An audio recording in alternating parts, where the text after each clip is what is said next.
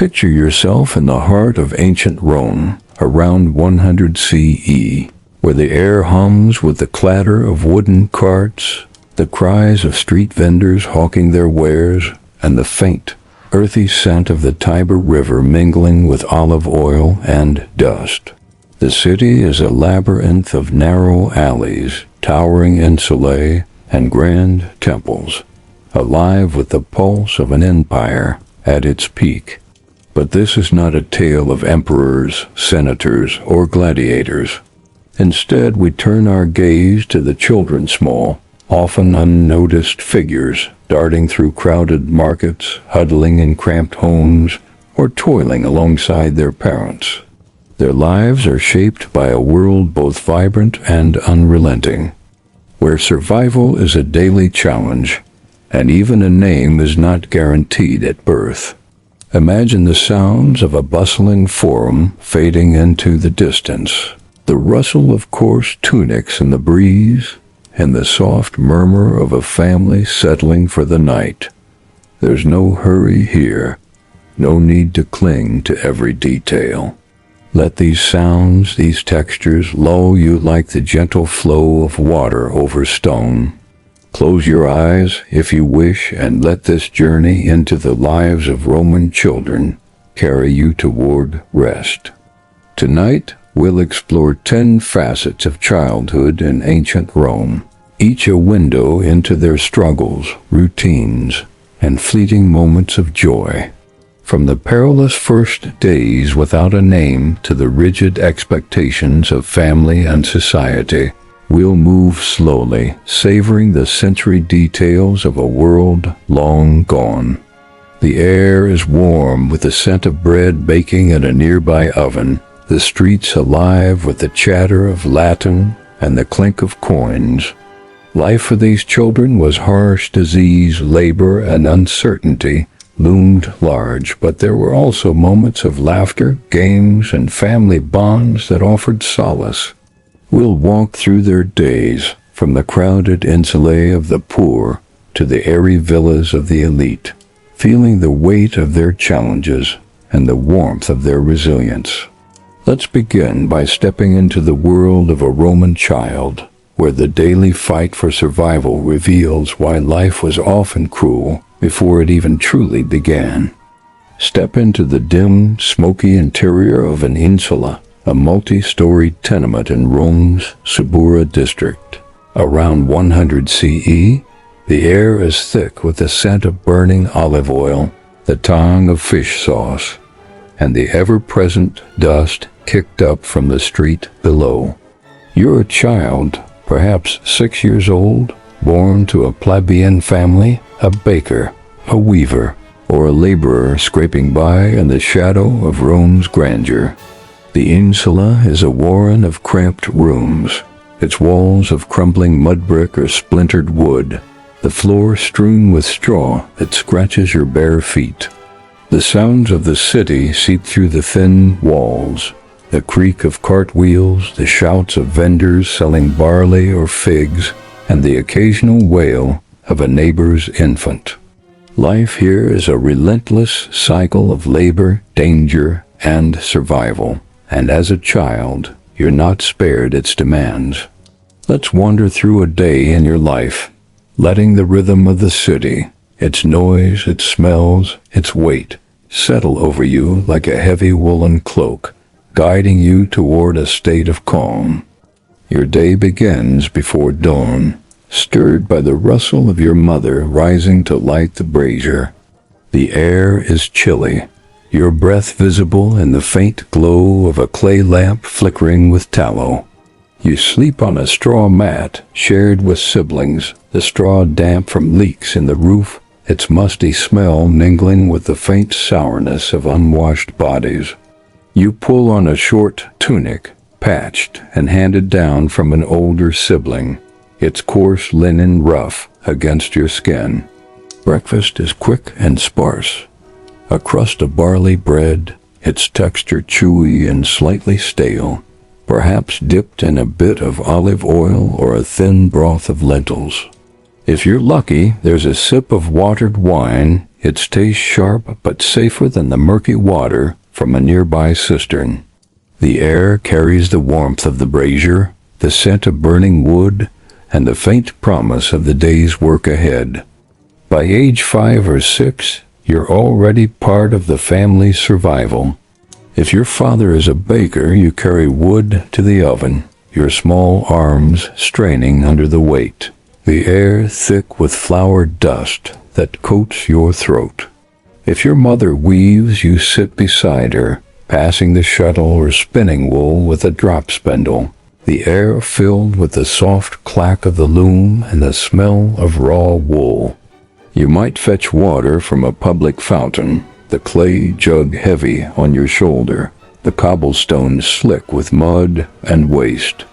The streets are a maze of danger carts, rumble past, their drivers cursing, while stray dogs snap at your heels, and thieves eye your jug or bread. The air is alive with the city's pulse, the clatter of hooves, the chatter of women at the fountain, the distant chant of priests from a temple. Every step is a negotiation with Rome's chaos, your small size making you vulnerable to being trampled or robbed. The city is filthy, a constant assault on your senses. Streets are paved with uneven stones, slick with human and animal waste, the air heavy with the stench of rot and urine. Insulae are no cleaner. The straw on the floor traps dirt, food scraps, and worse, its smell a mix of mildew and decay. Rats skitter in the shadows, their squeaks blending with the creak of wooden stairs. Bathing is a luxury for the poor. Public baths cost a quadrans, a coin your family rarely spares, so you wash with a cloth and cold water, your skin gritty with grime. The air in the insula is smoky from cooking fires, stinging your eyes as you huddle near the warmth, your tunic damp from sweat or rain. Sanitation is a distant dream. Chamber pots are emptied into the street, and illness lurks in every corner, fevers, worms, or dysentery from tainted food or water. Rules govern your life even at this age. Your parents demand obedience, their voices sharp with the strain of survival. A spilled jug or a torn tunic could earn a slap, the air tense with their frustration. The gods are ever present, their wrath feared. Your family offers a pinch of bread or a splash of wine at a small household shrine, the air scented with cheap incense. A clumsy offering might anger the Lares, bringing bad luck, so you learn to move carefully, your small hands mimicking your mother's prayers. Society, too, has its expectations. You're a cog in the family's machine, fetching, carrying, or watching younger siblings while your parents work. The air carries the weight of duty, the constant hum of the city reminding you that idleness is not an option. Danger is a constant companion. Fires are a daily threat. Insulae, with their wooden beams and straw bedding, catch easily, the air filling with smoke and screams at the first spark. You've learned to run at the smell of burning wood, your heart pounding as neighbors shout warnings. Disease is even deadlier. A fever can sweep through the insula, sparing neither young nor old, the air thick with the smell of herbs burned to ward off sickness.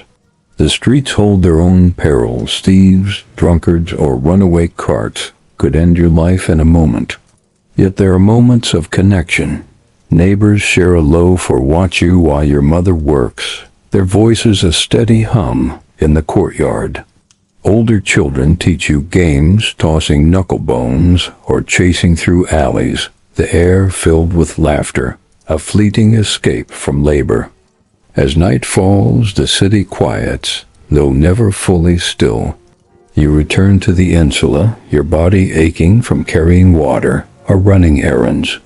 Dinner is another bowl of porridge or bread, perhaps with a scrap of fish, the air warm with the smell of garum and the brazier's glow. You curl up on your mat, the straw prickling your skin, the air heavy with the city's distant hum cartwheels, a tavern's laughter, the lapping of the Tiber. Survival demands resilience, a quick mind, and a bit of luck, qualities you've already begun to hone. As the insula sounds fade, let's shift to the life of one child, whose story weaves through the challenges of this unforgiving world, offering a glimpse of both struggle and hope. Let your thoughts drift to a narrow street in Rome's Subura. In 100 CE, where the air is alive with the scent of fresh-baked bread, the sharp tang of fish sauce, and the dust of passing carts. Here we meet Lucius, a plebeian boy of 7, whose life is a quiet thread in the vast tapestry of Rome.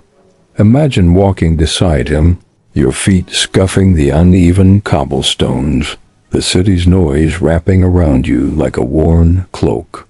Lucius's story is not one of triumph or glory, but of endurance, a reflection of the countless children who navigated Rome's chaos, their small hands and quick feet essential to their family's survival. Let's follow his journey, letting the rhythm of his days, the smells of the bakery, and the warmth of his mother's voice lull you into a state of calm, like the soft flicker of a lamp in the evening. Lucius was born in 93 CE, in a cramped insula room above his father's bakery. His father, Gaius, was a baker, his hands dusted with flour as he kneaded dough through the night, the air thick with the yeasty warmth of rising bread. His mother, Flavia, worked as a washerwoman, scrubbing tunics in a laundry near the Tiber, her hands red and raw from lye, the air damp with river water and soap. Their home was a single room, its walls of peeling plaster, the floor covered with straw that smelled of mildew and smoke. Lucius's birth was a precarious moment. Many infants didn't survive, felled by disease or exposure, a common fate for unwanted children left at the city's dung heaps. On his dies lustricus 9 days after birth, his father named him Lucius, a common name meaning light, the air heavy with the scent of incense offered to the Lares and Penetes. The ceremony was simple bread and wine placed on a small shrine, prayers whispered for his survival, but it marked his fragile entry into the world. By age 3, Lucius was already part of the family's rhythm. He toddled after his mother, clutching her tunic as she carried laundry, the air filled with the splash of water and the chatter of other women.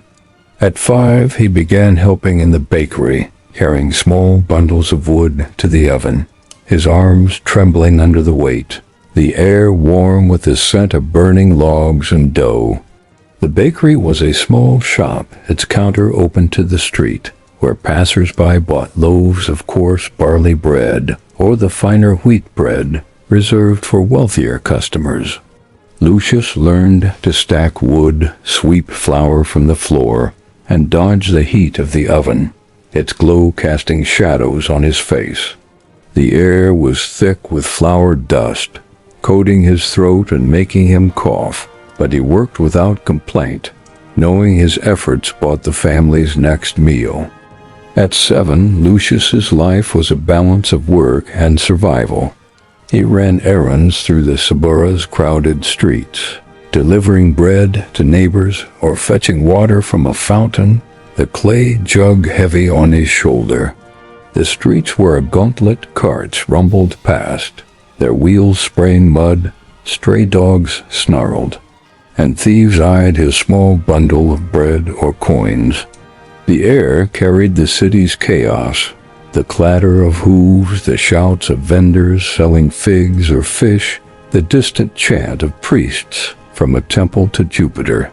Lucius learned to move quickly, his small size letting him slip through crowds, his eyes sharp for danger. Back home, he watched his younger sister, Aemilia, keeping her from wandering into the street, the air tense with the weight of responsibility. The insula was a community, its families packed close, their voices a constant hum through the thin walls, arguments, laughter, or the cries of another child. Hardship was a constant shadow. When Lucius was 6, a fever swept the insula, taking Amelia, who was only 3. The air was heavy with the smell of burning sage, meant to ward off sickness, but it did little to ease Flavia's quiet sobs as she wrapped her daughter's body in a worn tunic. Lucius carried the small bundle to a potter's field, his chest tight with grief, the air thick with the scent of freshly turned earth. Hunger was another threat. Grain prices spiked when shipments from Egypt were delayed, and the family's meals shrank to thin porridge and stale bread. The air carried the faint rumble of Lucius's stomach, a reminder of the city's indifference. Fires were a daily fear. Insulae burned easily, their wooden beams and straw bedding catching like tinder. Lucius learned to sniff the air for smoke, ready to flee with his family at the first sign of danger. Yet there were moments of light. Lucius played knucklebones with other boys in the courtyard, their laughter echoing as they tossed sheep bones, the air warm with summer dust.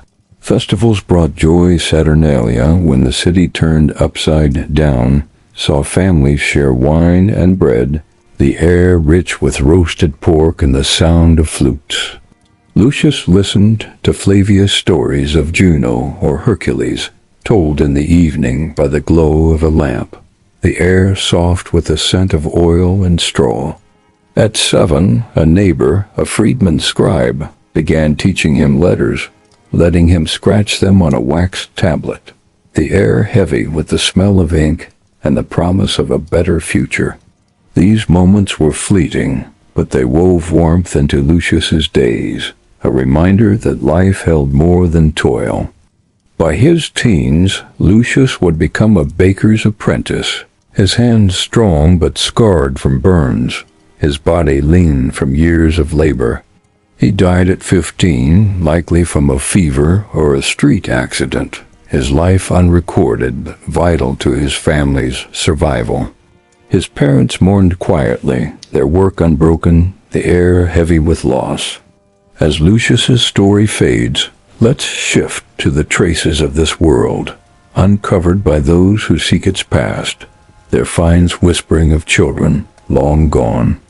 Imagine standing amid the ruins of a Roman insula, where archaeologists sift through layers of earth, unearthing fragments of a child's life. The year is now, but your mind lingers in 100 CE, where the air was thick with the scent of bread, smoke, and the muddy tang of the Tiber. Children like Lucius left few written records, their lives preserved in the objects they touched, clay dolls, knucklebones, or a sandal's worn sole. Archaeology is a window into their world, revealing the culture, mysteries, and fleeting joys of Roman childhood. Let's explore these traces, letting their stories settle over you like dust in a quiet form, their whispers guiding you toward rest. The insulae of Rome, excavated in sites like Ostia or Pompeii, tell a story of crowded, precarious lives. These multi-storied tenements, with their crumbling walls and straw-strewn floors, were home to most urban children. Archaeologists find their traces in the rubble. A clay doll, its face smoothed by small hands, buried under a collapsed wall. A set of knucklebones scattered in a courtyard. A tiny leather sandal, its stitches frayed but intact. The air in these digs is cool and earthy, each artifact a glimpse of a child's presence. A wax tablet etched with a child's clumsy letters, perhaps an L for Lucius, speaks of rare learning, the air once heavy with the smell of ink and effort. These finds are fragile, their survival a miracle against time's erosion, each one a thread in the tapestry of Rome's poorest. The culture of Roman childhood was shaped by family and survival. Children were not idle. They were part of the household's economy, their small hands fetching water, weaving, or carrying tools. The air in an insula was alive with the sounds of work, the clack of a loom, the splash of a fountain, the chatter of neighbors sharing a loaf. Religion was central, binding children to the divine. Families prayed to the Lares and Penates, household gods, offering bread, wine, or a pinch of salt at a small shrine, the air scented with cheap incense that burned in a clay holder. Children learned to mimic these rituals, their small voices joining their parents' prayers, the air tense with the fear of angering the gods. A spilled offering or a forgotten prayer could bring bad luck, a belief that hung heavy in the smoky air of the home. Festivals were a cornerstone of culture, offering children a rare chance to play. Saturnalia, held in December, was a time of feasting and role reversal, when even plebeian children like Lucius joined in.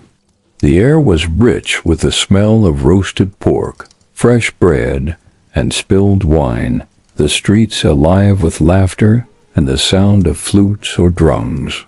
Lupercalia in February brought races and rituals, children cheering as young men ran through the streets, the air filled with the bleat of sacrificial goats and the scent of torches. These moments were a release, a chance to forget the hunger or cold, the air warm with the community's shared joy. Even daily life had its rituals. Meals were a time to gather, the family sharing a pot of porridge or a loaf, the air thick with the savory tang of garum and the warmth of a brazier. Archaeology reveals the daily grind of childhood. Kitchen middens, piles of fish bones, olive pits, and broken pottery show what families ate: barley, lentils, and occasional scraps of fish or pork. The air in these kitchens was once heavy with smoke and the smell of boiling porridge. Children like Lucius eating from clay bowls, their portions small but vital. A clay rattle found in a home's rubble hints at a baby's brief joy, its jingle silenced by time. In wealthier homes, archaeologists find toy swords or miniature chariots, their wood polished, the air once filled with the shouts of elite children playing at war or racing. For plebeian children, play was simpler: stones, bones, or a stick used as a pretend sword, the air alive with their laughter in a dusty courtyard. Mysteries linger in these finds. Why were some infants abandoned, their tiny bones uncovered in sewers or dumps near Rome's Esquilin Hill? These Suspiria unwanted children were often left to die, a grim reality of poverty or shame. The air heavy with the silence of their loss. A clay amulet etched with a protective symbol suggests fear of the evil eye, a common superstition that made mothers clutch their children close, the air tense with whispered charms. Mass graves filled with small skeletons speak of diseases toll, perhaps malaria or dysentery sweeping through insulae, the air thick with the past's sorrow. Girls' lives are especially elusive. Their work sewing, cooking left faint traces, like a bone needle or a scorched pot, their stories buried in the domestic shadows. The culture was one of resilience, children learning early to navigate Rome's dangers. Gossip about the emperor's scandals or a neighbor's luck filled the air, a quiet rebellion against their lot. Stories of gods or heroes told in the evening taught morals and history, their cadence soothing in the lamplight. The air carried the scent of oil and straw, the community a lifeline that held families together. As we leave these traces, let's shift to the world of the elite, whose children lived in stark contrast to those like Lucius, their lives a blend of luxury and expectation. Picture yourself in the airy atrium of a Roman villa, its walls adorned with vibrant frescoes of gods and gardens, the air warm with the scent of roses, myrrh, and polished marble. The year is 100 CE, and this is the world of a patrician child, born to wealth and status, a stark contrast to Lucius's life in the insula. The villa is a haven of luxury, its floors mosaic, its rooms cooled by fountains, but its expectations are no less rigid than the rules of the Subura. Let's explore the lives of these elite children, their routines, and the chasm that separated them from plebeian children, letting their story unfold like a silk curtain swaying in a gentle breeze, its rhythm soothing and calm. Meet Marcus, a boy of 8, born to a senator whose name carries weight in Rome's forum. His home is a sprawling villa on the Palatine Hill, its courtyard open to the sky, the air filled with the splash of a fountain and the soft cooing of pet doves. Marcus's life began with a lavish dies lustricus, his naming celebrated with a feast, the air heavy with the scent of incense, wine, and roasted peacock offered to Jupiter and Juno. He sleeps in a wooden cradle, draped with fine wool, its softness a world apart from Lucius's straw mat. A nurse, likely a slave, tends him, dressing him in a clean linen tunic, its hem embroidered with purple, the air soft with the rustle of fabric, and the faint scent of lavender oil used to anoint his skin. Marcus's day begins later than Lucius's, around sunrise, when the villa stirs with the quiet steps of slaves. Breakfast is a spread of fresh wheat bread, honey, figs, and milk, served on a silver tray, the air sweet with the aroma of fruit and warm bread. His mornings are spent with a tutor, often a Greek slave, learning Latin grammar, Greek poetry, and the oratory skills needed for a future in the Senate. The air is heavy with the smell of ink and papyrus, the scratch of a stylus marking his lessons on a wax tablet. Marcus recites passages from Homer or Cicero, his voice echoing in the villa's study, the air warm with the glow of oil lamps even in daylight. His education is a privilege, but it comes with pressure. Every mistake is a mark against his family's honor, the air tense with his tutor's corrections. Play is part of Marcus's life, but even this is structured. In the courtyard he races toy chariots, their wheels carved from wood, or practices with a wooden sword, mimicking the gladiators he's seen in the arena. The air is filled with his laughter and the splash of the fountain, its water sparkling in the sun. His sister, Julia, aged 6, has a different path. She learns to spin wool or play the lyre, her small hands guided by her mother or a slave, the air warm with the scent of wool and the soft twang of strings. Her tunics are dyed crimson, her hair adorned with bone pins, her future tied to a strategic marriage that will cement her family's alliances. Both children are groomed for their roles, Marcus for public life, Julia for the household, the air thick with the weight of expectation. The contrast with Lucius's life is stark. Where Lucius hauls water from a crowded fountain, Marcus bathes in a private bath, its tiles warm underfoot, the air scented with oils and rose petals. Where Lucius eats thin porridge, Marcus's meals include delicacies, dormice stuffed with herbs, oysters or spiced wine served on silver plates, the air rich with their aroma. Yet both face dangers. Disease spares no one, and Marcus could fall ill from fever as easily as Lucius. Elite children are also pawns in political games. A father's disgrace could strip Marcus of his villa. the air tense with whispers of betrayal in the Senate. Julia faces the prospect of early marriage, perhaps at 12, her childhood cut short by duty, the air heavy with her mother's instructions. Plebeian children often serve the elite, bridging these worlds. Slave children, some as young as Marcus, swept the villa's floors or carried trays, their hands calloused, the air heavy with the smell of wax polish and sweat.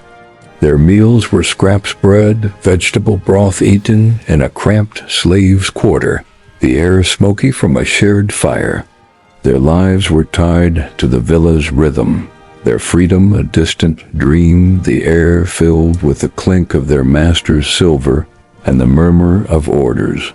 These children, born to slaves or captured in war, were a reminder of Rome's hierarchy, their labor sustaining the luxury Marcus took for granted. Marcus's life is one of privilege but also constraint. He owes obedience to his father, his path set toward politics or the army, his every move watched by rivals. The villa's beauty hides its own rules, no less rigid than those of the insula. As we leave this world of marble and mosaics, let's shift to the tools and technologies that shaped Roman children's lives, the inventions that sustained both the rich and the poor in their daily tasks. Imagine standing in a bustling Roman market, the year 100 CE, where the air is thick with the scent of spices, leather, and the dust of carts rumbling over cobblestones. The tools of ancient Rome were the backbone of daily life, shaping the experiences of children like Lucius and Marcus, whether in the crowded insulae or the airy villas. From the simple looms of plebeian homes to the polished styluses of elite tutors, these technologies were vital, each one a partner in the labor of survival or the pursuit of status. Let's explore this world of craft, letting the rhythm of clacking looms, scratching styluses, and splashing water settle over you like the steady hum of a busy street, guiding you toward a state of calm. In plebeian homes like Lucius's, tools were basic but essential. His mother, Flavia, used a wooden loom, its frame worn smooth by years of use, to weave coarse tunics for the family or for sale. The air was filled with the soft thud of the shuttle, the smell of raw wool, and the faint sweat of long hours. Lucius, at 7, helped by spinning wool with a drop spindle, its whir a constant sound as he twisted fibers into thread, the air heavy with the scent of lanolin. Cooking relied on clay pots, their surfaces blackened by fire, and bronze knives, their blades dulled by chopping onions or fish. The air in the insula's small kitchen was thick with smoke from the brazier, the savory tang of garum, a fermented fish sauce, mingling with the steam of boiling porridge. These tools were simple, but their maintenance was a child's task. Lucius sharpened knives or scrubbed pots, his hands stinging from lye, the air sharp with its bite. Water was a critical resource, and fetching it was often a child's job. Lucius carried clay amphorae to a public fountain, their weight bruising his shoulders, the air damp with spills, and the chatter of women waiting their turn. Rome's aqueducts brought water to the city, their stone arches a marvel, but insulae relied on these fountains, the air filled with the splash of water and the clink of jugs. The water's taste was gritty, often tainted by lead pipes or street runoff, and children learned to sip carefully, the air heavy with the faint stench of the Tiber's mud. Sanitation was poor. Waste was dumped into streets or crude latrines, the air thick with the smell of rot, making every trip to the fountain a gamble with health. In villas, tools were finer, reflecting wealth. Marcus's tutor used papyrus scrolls or wax tablets, the air heavy with the smell of ink, as he taught letters or arithmetic. A stylus, its iron tip sharp, scratched lessons into wax, while an abacus clicked with wooden beads, the air filled with the rhythm of counting. These tools were symbols of status, their use preparing Marcus for a life of power, the air warm with the scent of polished wood and parchment. Toys were also tools of learning. Marcus played with wooden chariots or a toy sword, their surfaces carved with care, the air alive with his shouts of mock battle. Julia, his sister, used a miniature loom, learning to weave fine wool, the air soft with the twang of threads and the scent of dyed fabric. Slaves in villas used tools to maintain luxury. Bronze buckets carried water for baths, their handles worn by small hands, the air scented with rose oil and wax polish. Mops of bundled rags cleaned mosaic floors, the air heavy with the smell of damp stone and effort. These tasks fell to slave children, some as young as Marcus, their lives bound to the villa's rhythm, the air filled with the clink of silver trays and the murmur of orders.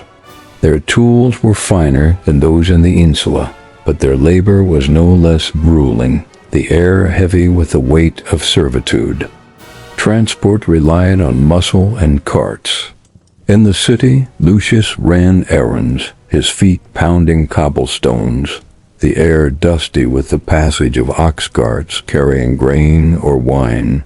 The creak of wheels and the bellow of oxen filled the air, a constant reminder of Rome's bustle. In villas, elite children like Marcus were carried in litters, their curtains swaying, the air soft with the scent of leather and the quiet steps of slaves. These litters were a luxury, a world apart from Lucius's dusty treks. But both children navigated Rome's chaos, the air alive with the city's pulse. Tools brought risks. A dull knife could slip, drawing blood, the air sharp with a child's cry. Fires from braziers or lamps could ignite straw or wood, the air filling with smoke and panic. Maintenance was constant, sharpening blades, mending looms, cleaning pots, and children, like Lucius, were tasked with these chores, their hands calloused, the air heavy with effort. Yet these tools were the backbone of survival, each one a testament to the resilience of Rome's children, whether in the insula or the villa. As we leave this world of craft, let's shift to the customs and traditions that gave meaning to their lives, binding them to their families and gods. Picture yourself seated in the dim courtyard of an insula, the year 100 CE, where the air is warm with the scent of olive oil lamps and the soft hum of voices fills the evening. For children like Lucius, life was shaped by customs and traditions, rituals that marked their growth, strengthened family bonds, and honored the divine. These practices were a lifeline, offering order in a chaotic city where survival was never certain. Imagine the flicker of a lamp, the rustle of straw underfoot, and the murmur of prayers to the household gods, their rhythm soothing like a lullaby. Let's wander through these rituals, letting their cadence wrap around you, guiding you toward rest. Religion was the heartbeat of Roman childhood, its rituals woven into every stage of life. The dies lustricus, the purification day, was a child's first rite, held 8 days after birth for girls, 9 for boys. For Lucius, this was a quiet moment in the insula, his parents offering bread and wine to the lares and penetes, the air heavy with the scent of cheap incense burning in a clay holder. The ceremony named him, tying him to the family and gods, the air tense with prayers for his survival. Daily worship followed, with the family gathering at a small shrine, a shelf with clay figurines of the household gods, offering a pinch of salt or a splash of wine, the air thick with smoke and reverence. Lucius learned to mimic these gestures, his small hands copying his mother's, the air filled with the fear of divine displeasure. A spilled offering or a forgotten prayer could bring misfortune, a belief that hung heavy in the smoky room. Festivals were a highlight, breaking the monotony of labor. Saturnalia in December was a time of joy, when the city turned upside-down slaves dined with masters, and children, like Lucius, joined feasts.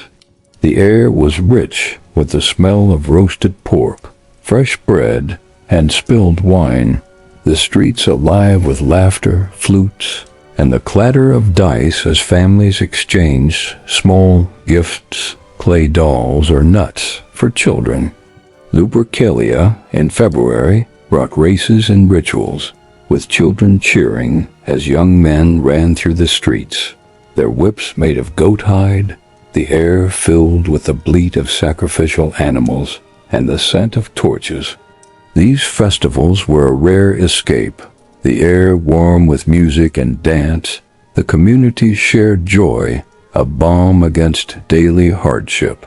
Even in the insula, neighbors gathered, their voices blending in song, the air heavy with the warmth of togetherness. Coming-of-age rituals marked a child's growth. Boys like Lucius received the bulla, a protective amulet at birth, a leather pouch worn around the neck until manhood at 16.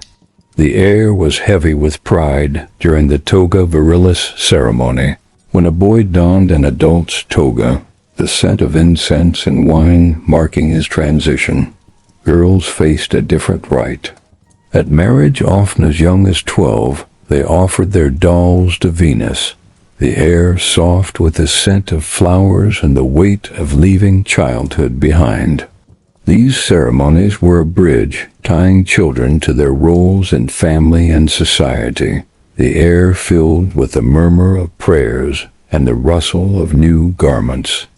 Funerals were a grim reality, given high child mortality. When a child like Lucius's sister died, the family laid her out in the insula, her small body washed and dressed in a clean tunic. The burial was simple, often in a potter's field outside the city, the air heavy with the scent of earth and the soft laments of neighbors.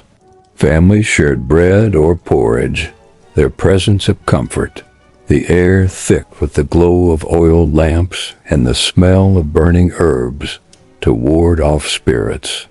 Disease made these rites frequent, each loss a reminder of life's fragility, the air tense with grief and the fear of more deaths to come. Daily rituals were simpler but vital. Meals were a time to gather, the family sharing a pot of porridge or a loaf of barley bread, the air warm with the smell of garum and the brazier's glow. Prayers were said before eating, a nod to the gods' protection, the air scented with a pinch of incense. Superstitions shaped actions, a charm worn against the evil eye, a coin buried under the threshold for luck. Lucius learned these habits early, his small hands clutching an amulet, the air heavy with whispered charms. These beliefs were a comfort, a way to navigate a world where danger lurked in every shadow. Storytelling was a cherished tradition, done in the evening by lamplight. Flavia told tales of Aeneas, Romulus, or local ghosts, their cadence soothing as Lucius listened, his eyes heavy with sleep. The air carried the scent of oil and straw, the stories of bond between generations, teaching morals or survival. Neighbors shared myths or gossip, their voices a murmur in the courtyard, the air warm with laughter or gasps. These rituals, from grand festivals to quiet prayers, wove children into the fabric of Rome, their rhythm a steady pulse in a chaotic world. As we leave this world of tradition, let's shift to the food and sustenance that nourish these children, sustaining them through their daily struggles. Imagine sitting at a low wooden table in an insula, the year 100 CE, where the air is warm with the starchy scent of porridge simmering over a brazier, the faint smoke curling upward, mingling with the savory tang of garum. Food was the cornerstone of a Roman child's life, a necessity that demanded effort, thrift, and ingenuity. For children like Lucius, meals were simple, shaped by the rhythms of the market, the seasons, and the family's meager means, yet they were a source of comfort, a moment to pause in a life of toil. Picture the flicker of a lamp, the clink of clay bowls, and the soft murmur of a family sharing a meal, their warmth wrapping around you like a warm blanket. Let's explore the tastes, textures, and smells of their table, letting these details settle gently in your mind, guiding you toward rest. Bread was the foundation of every meal, its crust hard and its interior dense, made from barley or spelt for plebeian families like Lucius's. Flavia baked when flour was affordable, kneading dough on a wooden board, the air thick with the yeasty smell of rising dough and the warmth of the brazier. More often, the family bought bread from a baker. Its cost a strain on their few coins, the air heavy with the scent of fresh loaves carried home. The bread was coarse, often mixed with lentils or peas to stretch the grain, its texture chewy and slightly gritty. Lucius ate it at every meal, sometimes plain, sometimes dipped in garum or a smear of olive oil, the air rich with their sharp, salty flavors. On good days, a crust was soft in a bowl of watered wine, its taste thin but refreshing, the air warm with the faint aroma of fermentation. Porridge was the heart of the diet, a thick gruel of barley or wheat, cooked in a clay pot over the brazier. Flavia stirred in vegetables, lentils, cabbage, leeks, or onions, gathered from the market or a small plot near the city walls. The air was filled with the earthy scent of boiling greens, the steam rising in clouds that stung Lucius's eyes as he sat nearby, helping to chop or stir. Herbs like mint, coriander, or parsley, bought cheaply or foraged, added flavor, their sharp aroma cutting through the porridge's blandness. A scrap of bacon or a bone might be added for richness, but meat was a rarity, the air heavy with longing when a neighbor roasted pork, its savory smell drifting through the insula's thin walls. Lucius's portion was small, served in a chipped clay bowl, the air warm with the comfort of a full stomach, however fleeting. Vegetables were a staple, their availability tied to the seasons. Lentils and beans were cheap, their earthy taste a contrast to the monotony of grain. Onions, garlic, and turnips were common, their sharp flavors brightening a meal, the air filled with their scent as Flavia chopped them on a worn board. Fruit was a treat, reserved for market days when Flavia could afford a few grapes, figs, or apples from a vendor's stall. Their sweetness was a rare delight for Lucius, the air soft with the juicy aroma of a bitten fig, its seeds crunching under his teeth. Honey was a luxury out of reach for most plebeians, so fruit was the closest Lucius came to sweetness, the air alive with the chatter of vendors and the clink of coins as he clutched his mother's hand in the market. Meat was scarce, a privilege for the wealthy. A chicken raised in the insula's shared courtyard provided eggs for the family or the landlord, but a roast was a rare feast, its meat tough but savory, the air rich with the smell of dripping fat. Pork, often salted or smoked, was a luxury, its curing scent lingering in the insula during winter. Fish was more common, especially for religious fasts, when dried or pickled mullet or sardines were bought from a vendor, their briny taste sharp on the tongue. The air carried the fishy tang of garum, used to season nearly everything, its pungent smell a constant in the insulae's kitchen. Hunting was forbidden for plebeians, the emperor's forests guarded, but a trapped sparrow or pigeon was a quiet victory, its meat a rare treat shared in secret, the air heavy with the thrill of defiance. Wine, heavily watered, was the drink of choice, safer than the Tiber's muddy water or the cisterns that collected rainwater. Lucius sipped it from a clay cup, its taste thin but refreshing, the air warm with the faint scent of grapes. Water, when drunk, was boiled or mixed with herbs to mask its grit, the air carrying the faint stench of the city's streams, a reminder of the risks in every sip. Milk was rare, reserved for infants or the elite, its creamy scent a memory from Lucius's earliest days.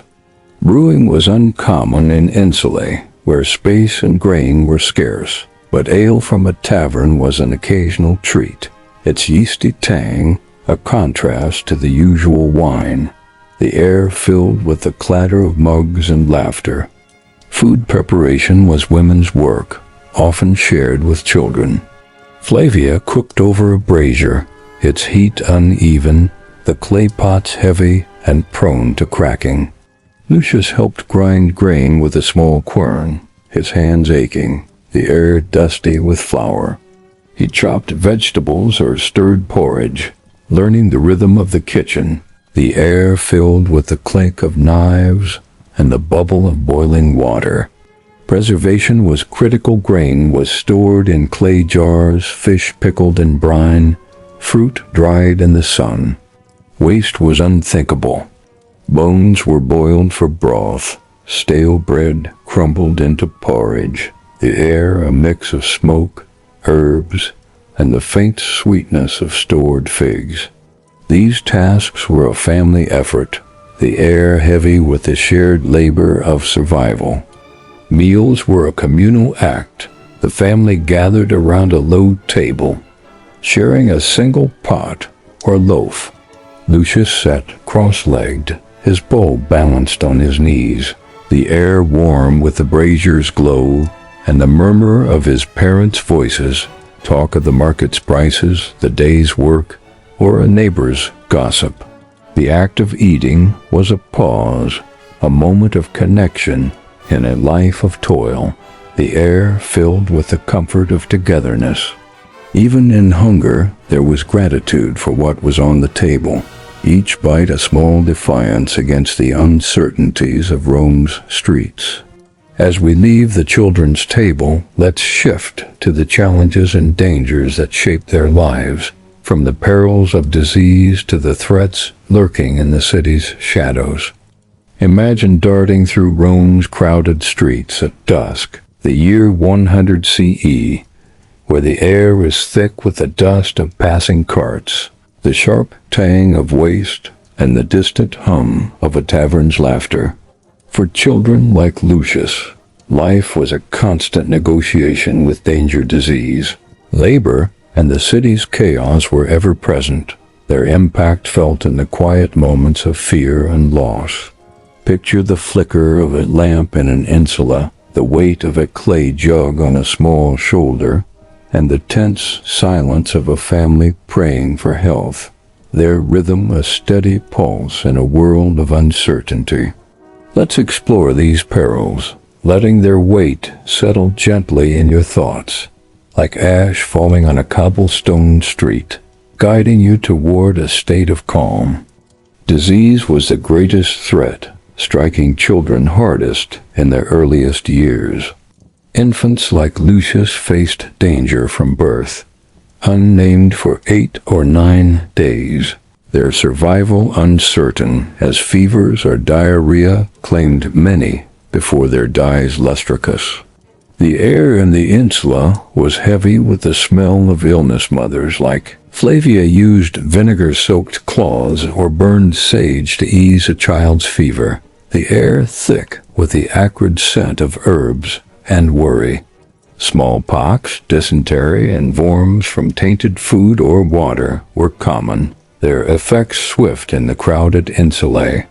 Malaria, carried by mosquitoes near the Tiber, was a silent killer, the air damp with the river's stench, a reminder of its risks. Water from public fountains was cleaner than streams, but lead pipes or runoff could taint it, the air heavy with the gritty taste of a sip. Lucius learned to drink sparingly, his small body vulnerable to every cough or chill. Labor was another danger, even for young children. At 7, Lucius carried heavy jugs from the fountain, their weight bruising his shoulders, the air filled with the splash of water and the chatter of women. In the bakery he worked near the oven, its heat scorching his hands, the air thick with the crackled flames and the smell of burning wood. A slip of a knife while chopping vegetables could draw blood, the air sharp with his cry, while a moment's carelessness near the fire could burn his tunic or worse. Girls faced similar risks. Helping with laundry meant scrubbing with lye, their hands chapped and stinging, the air damp with soap and river water. Cooking over a brazier risked scalds, the air filled with the hiss of boiling water and the scent of singed cloth. These tasks were necessary, but each carried the threat of injury, the air heavy with the strain of small bodies pushed to their limits. The city itself was a hazard, its streets a gauntlet for children. Lucius ran errands through the Subura, dodging carts that rumbled over cobblestones, their drivers cursing, the air dusty with their passage. Stray dogs snapped at his heels, their barks blending with the shouts of vendors and the clatter of hooves. Thieves were a constant threat, their hands quick to snatch a loaf or a coin from a child's grasp, the air tense with the fear of being caught unaware. Fires were a daily peril insulae, with their wooden beams and straw bedding, caught easily, the air filling with smoke and screams at the first spark. Lucius learned to sniff for burning wood, his heart racing as he grabbed his sister to flee. Floods from the Tiber could swamp streets, the air thick with mud and rot, turning alleys into treacherous streams. Social pressures added another layer of danger. Children were expected to obey without question, their labor vital to the family's survival. A spilled jug or a torn tunic could earn a slap from an exhausted parent, the air sharp with their frustration. The gods demanded respect. A careless offering at the household shrine could invite divine wrath, the air tense with whispered prayers to avert bad luck. Superstitions loomed large mothers, tied amulets around children's necks to ward off the evil eye, the air heavy with the weight of charms and fears. Girls faced additional risks. Early marriage, often at 12, brought the dangers of childbirth, the air thick with the stories of mothers lost too young.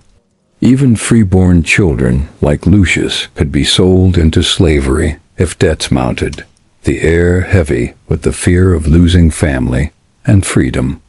Slavery was a stark reality for many children, born to slaves or captured in Rome's wars.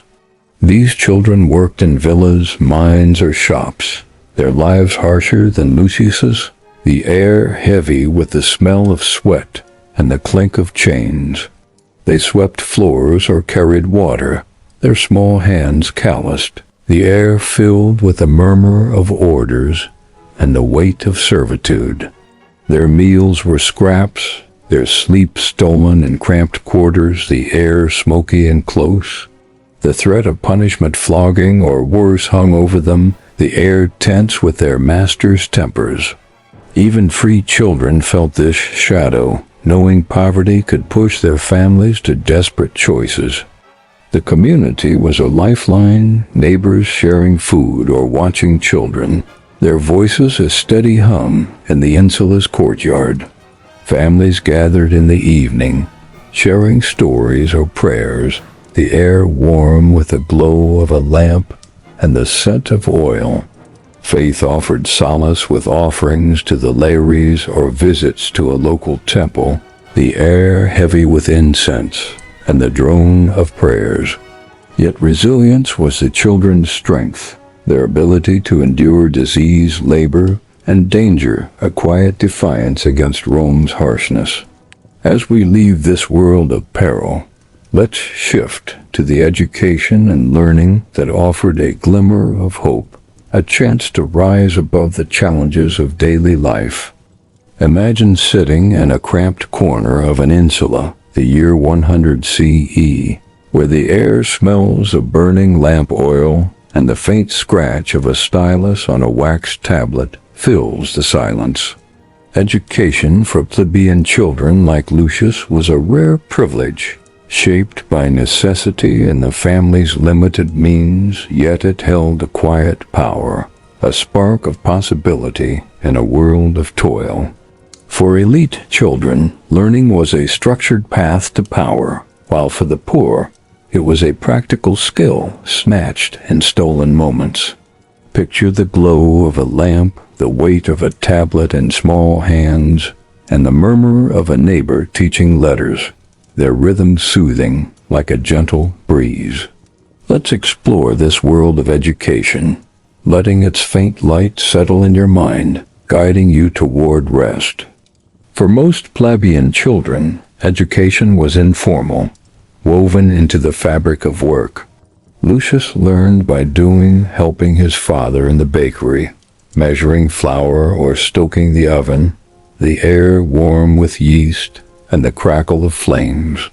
He memorized the weight of a loaf, the rhythm of kneading, the air heavy with flour dust that coated his hands. Flavia taught her daughter to weave, guiding her small hands on the loom, the air filled with the clack of the shuttle and the smell of wool. These lessons were practical, essential for survival. Children learned to fetch water, tend animals, or run errands, their knowledge shaped by the needs of the household. The air carried the sounds of labor, the splash of a fountain, the clink of tools, each task a lesson in endurance, taught without words but etched into muscle and memory. Formal education was a luxury, accessible only to those with means or luck.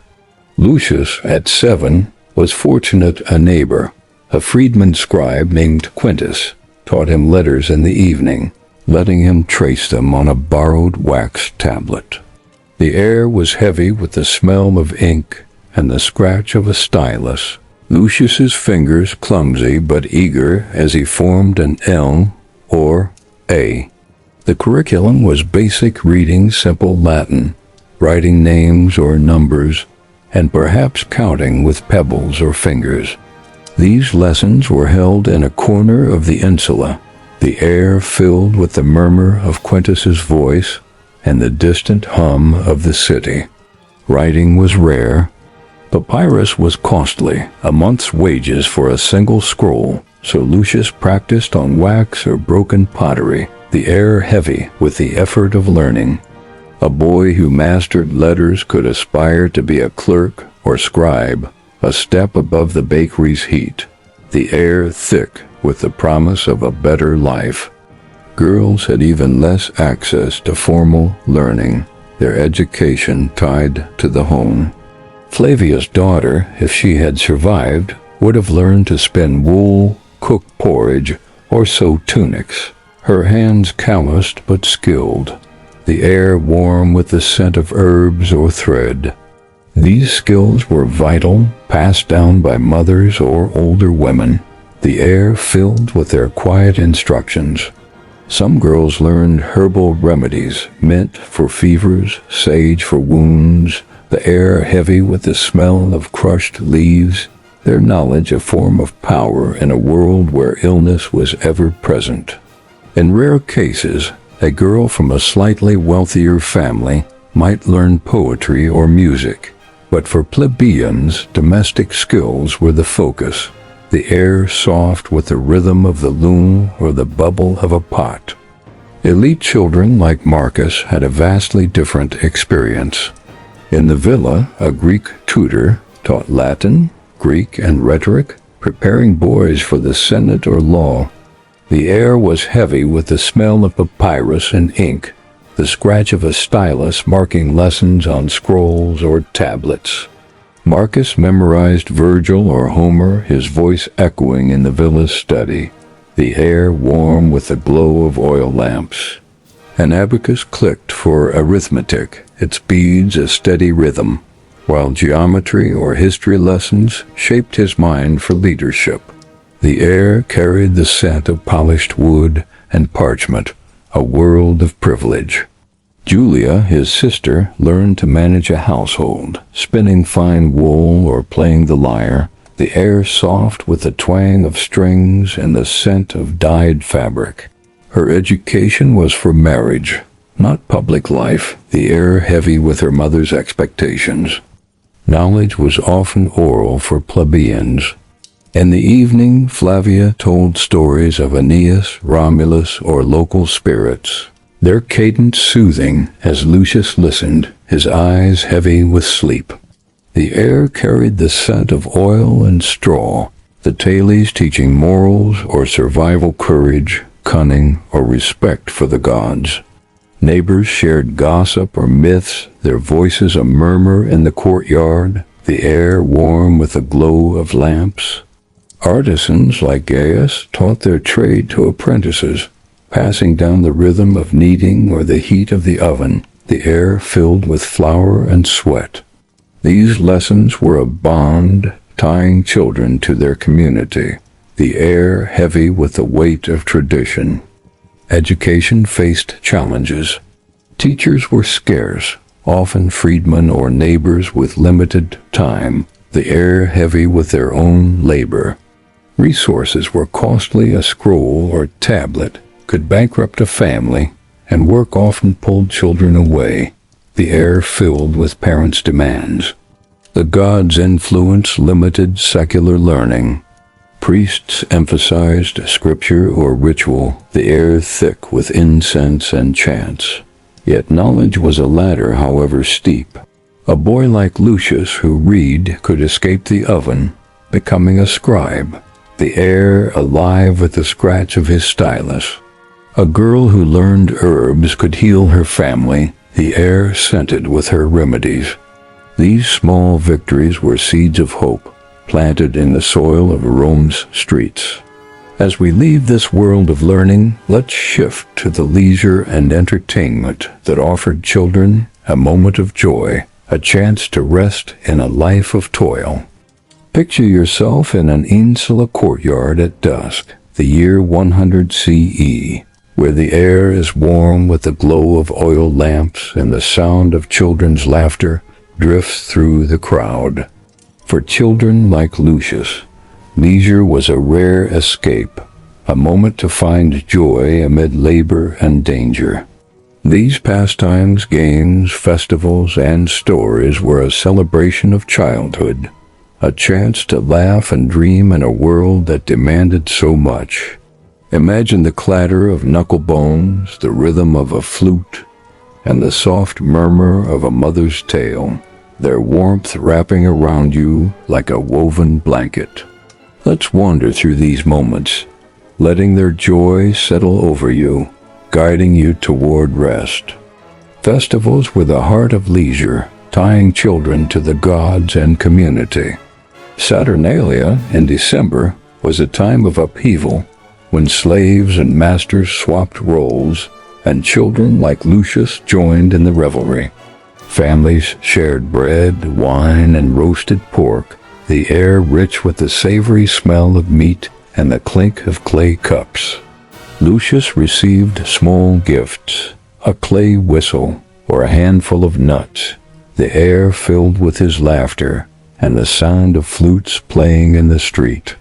Lupercalia in February brought races and rituals, with children cheering as young men dashed through the city, their whips snapping, the air alive with the bleat of goats and the scent of torches. These festivals were a pause, the city pulsing with music and dance, the air warm with the joy of togetherness, a rare moment when hunger and toil faded into the background. Games were a daily joy, even for plebeian children. Lucius played knucklebones with other boys, tossing sheep bones in the courtyard, their patterns deciding the winner, the air dusty with summer heat and their shouts.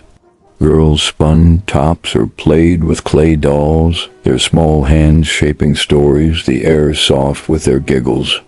Street games were common, chasing through alleys, mock battles with sticks, or tossing pebbles in a game of skill, the air alive with the thud of feet and the laughter of children dodging carts. Elite children like Marcus had finer toys, wooden chariots, their wheels carved with care, or toy swords for mock gladiatorial fights, the air warm with the splash of Avila's fountain and his shouts of triumph.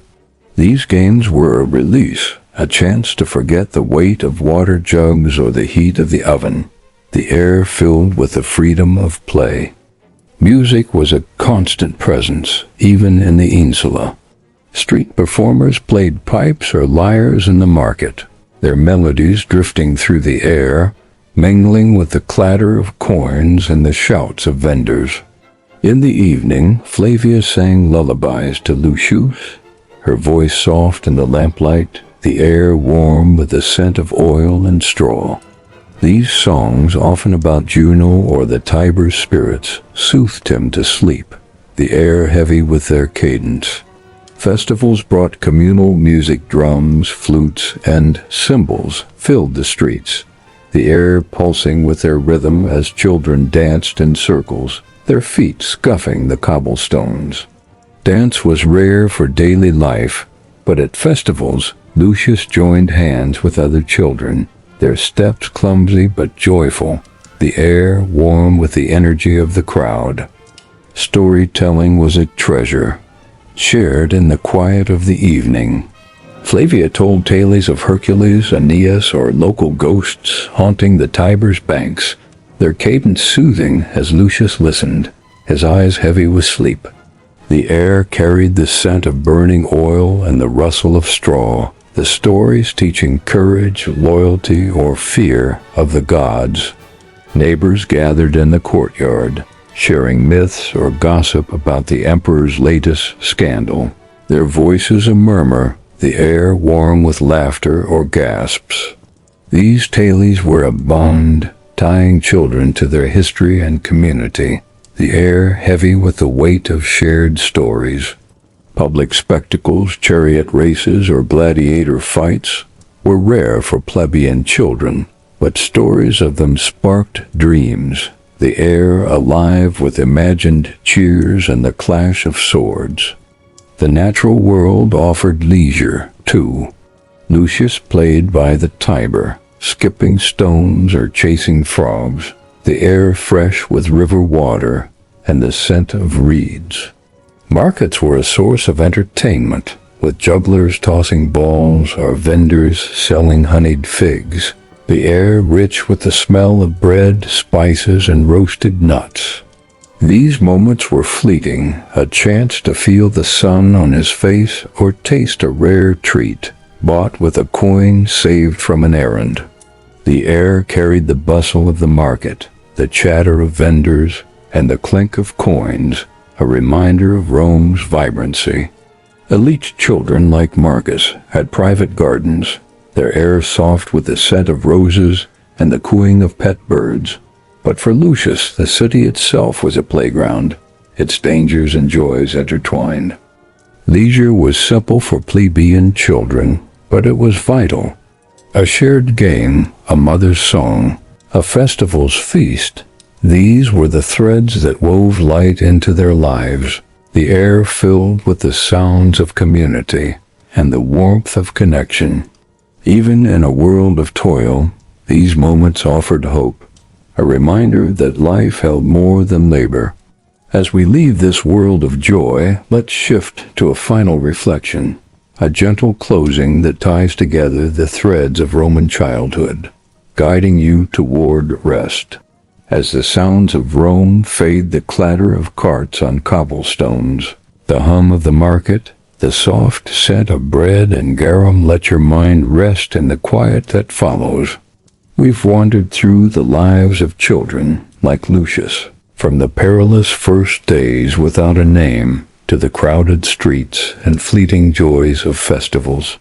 Their world was one of labor, danger, and uncertainty, shaped by the chaos of an empire's heart.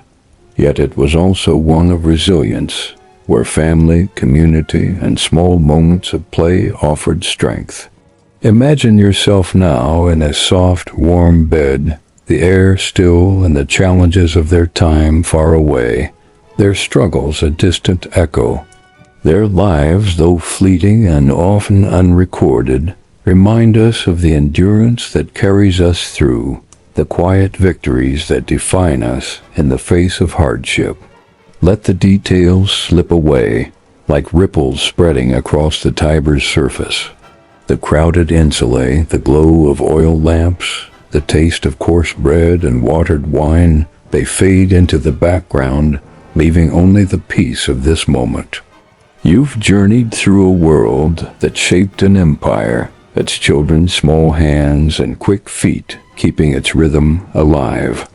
Now it's time to rest, to let go of the city's bustle and sink into calm. Close your eyes, if you haven't already, and let the gentle rhythm of history lull you into sleep, safe in the stillness of now.